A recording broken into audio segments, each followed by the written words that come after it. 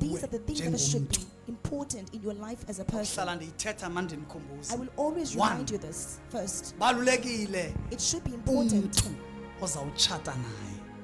whom you're going to marry. It's either will destroy you because that person or will build you. The second thing that's so important,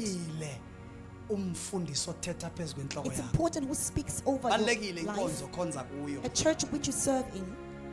It's either it will drive you away from heaven straight to hell, or it will snatch you out of hell straight to heaven. There's no difference now. The grace of discernment is rare. Whomever who says Jesus, we ought to say, we hear Jesus, but we are not convinced. Chapter 7, verse 21 or verse 23. In the book of Matthew, Jesus says, many will say on that day, Jesus. They were using his name, yet they were not his. We have reached the end times. Even I myself standing in front of you, please, I want to be discerned.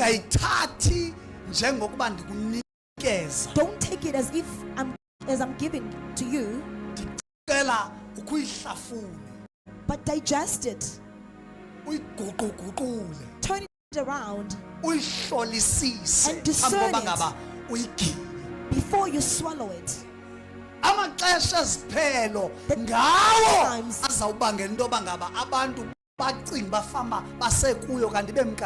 Will make people think they are in it while they have left it a long time ago. There are two things that are happening in the end times. Deception from the devil, deception from God. Thessalonians chapter 2, according to the book of Thessaloniki, delusion by the there is hope for help. Delusion I'm giving